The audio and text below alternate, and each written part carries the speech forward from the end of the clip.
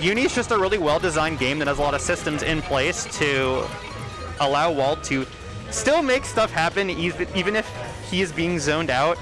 Of course, grid is something you have to always be cognizant of as a zoner, as just the standard zoning will bleed grid. So the routes that Casey goes for to try to keep Psykotik from winning that grid cycle while still maintaining the neutral pressure, going to be interesting to see. I have not personally seen these two players play, but Psykotik is always an incredibly strong force and always an absolute joy to watch, so I'm really looking forward to this set, see how both players approach it. Now, from my knowledge playing this matchup, you'll typically see Hilda being sort of the one to take initiative right at the start. Once you're at this spacing, it's very hard for Waldstein to do anything. Gets hit here, going into the full B&B from Hilda. It's so hard because that sort of 236A is minus, but at the spacing it's at, Hilda just has such a huge frame advantage because of the power over 5B, so you really can't take advantage of it.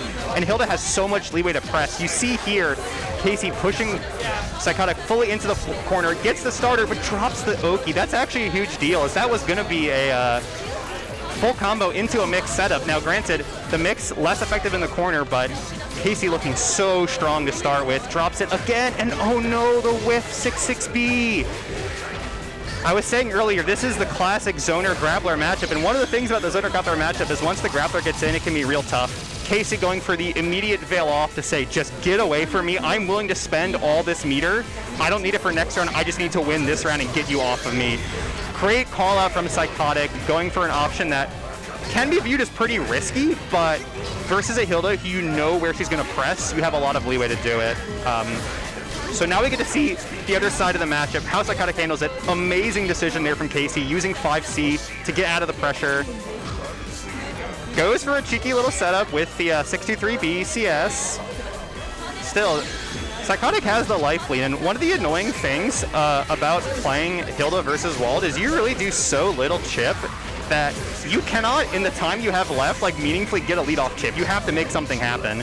Gets grid broken in the corner. Yeah, I mean, that's going to look rough either way. Not much you can do there. Once Waldstein has the lead, he kind of can slow the pace down and just force Hilda to take the initiative. And Psykotik is so good at that. His patience in every game he plays is phenomenal.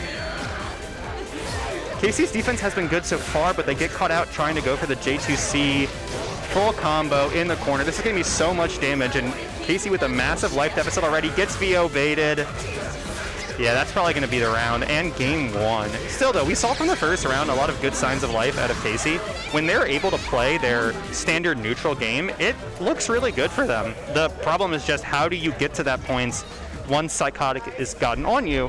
And even if you do mash out, how do you approach the scenario where you don't have the lead? I hear character select. Casey is also someone who plays Gordeau. So yeah, we are going to see the Gordeau. Really interesting switch up. We'll see how it fares.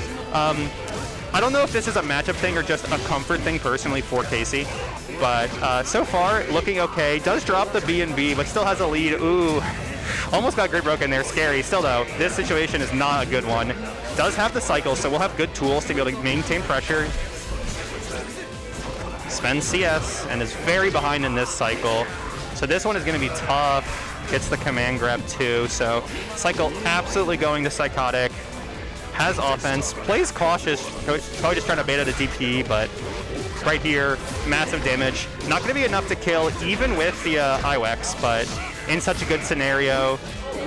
Ooh, text the throw too, and then gets command grab back the other way. CS going to close out the round, and yeah, Psykotik just looking like the overall stronger player. I mean, there's a reason they're so good. Casey goes for the absolute classic Gordeau round start, but can't make anything happen off of it. Gets command thrown and is once again back into that grappler blender. Able to dash back out, get a good combo started. This is Casey's chance to take the momentum back into their favor. Oh no! Kind of tragic for Psykotik there, but able to get the second reversal attempt correct.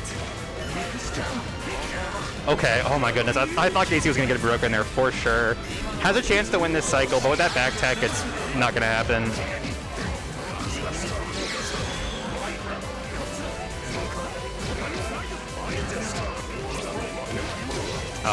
Finally it gets caught low. That should be the set, assuming Psykotik doesn't have a drop, and yeah. Pretty convincing 2-0. Casey obviously did a lot of really good things in the matchup, and credit to them. I don't dislike the Gordeau switch. It's just Psykotik, incredible player, one of